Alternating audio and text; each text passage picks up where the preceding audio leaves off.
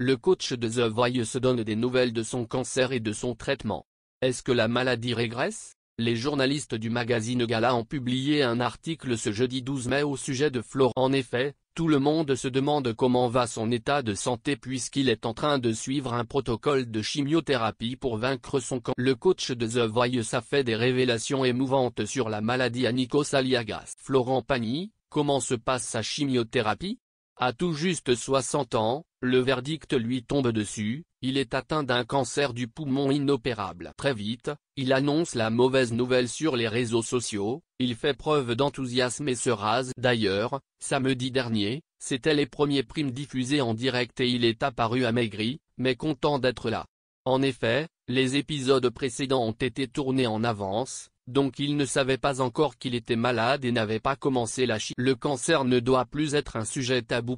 Tout comme Jean-Pierre Pernaut et Nathalie Marquet, ils essayent de faire en sorte que le cancer ne soit plus un sujet tabou. D'ailleurs, l'ancienne reine de beauté est passée sur le plateau de TPMP et a fait plus, notamment celle que son mari n'était pas mort du cancer, car les résultats de janvier étaient bons, mais celle-ci avait même expliqué qu'elle avait des doutes sur le vaccin face à Didier Raoult, toujours dans l'émission de TPMP. La jolie brune a tout de suite appelé Florent Pagny pour lui dire que JPP n'était pas mort du cancer et ainsi lui donner du courage. En tout cas, Florent Pagny donne beaucoup d'espoir aux personnes qui sont malades. En effet, il garde l'espoir et sa bonne humeur en toutes circonstances même s'il passe par des mots. En effet, depuis plusieurs semaines, il suit un traitement assez fort, car les médecins ont jugé qu'il pouvait le surmonter vu son jeune âge. Maintenant, il est passé à la chimio pure et cette étape devient plus des périodes difficiles pour Florent Pagny. Dans le magazine Gala, on en apprend davantage sur les moments difficiles. En effet,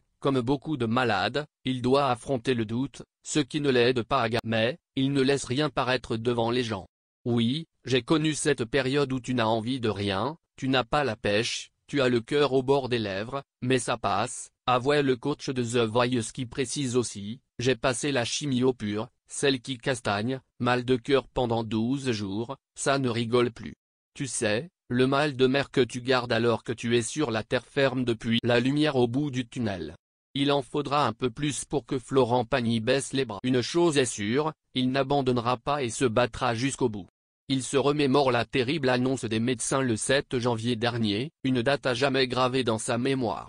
J'ai pu me retrouver dans une sorte de brouillard quand on me l'a annoncé dans les heures qui ont suivi, où l'on attendait de savoir si la tumeur était opérable. Un entre deux mondes, se souvient-il avant d'expliquer qu'il a arrêté de penser et débranché son cerveau à ce moment-là. J'ai essayé de ne pas me poser trop de questions, car les réponses peuvent être... Florent Pagny ne veut pas inspirer de la pitié. Voici ce qu'il explique, tu ne peux pas non plus te laisser glisser dans une tristesse ou une angoisse que tu ne pourras pas. Il a fallu se raisonner.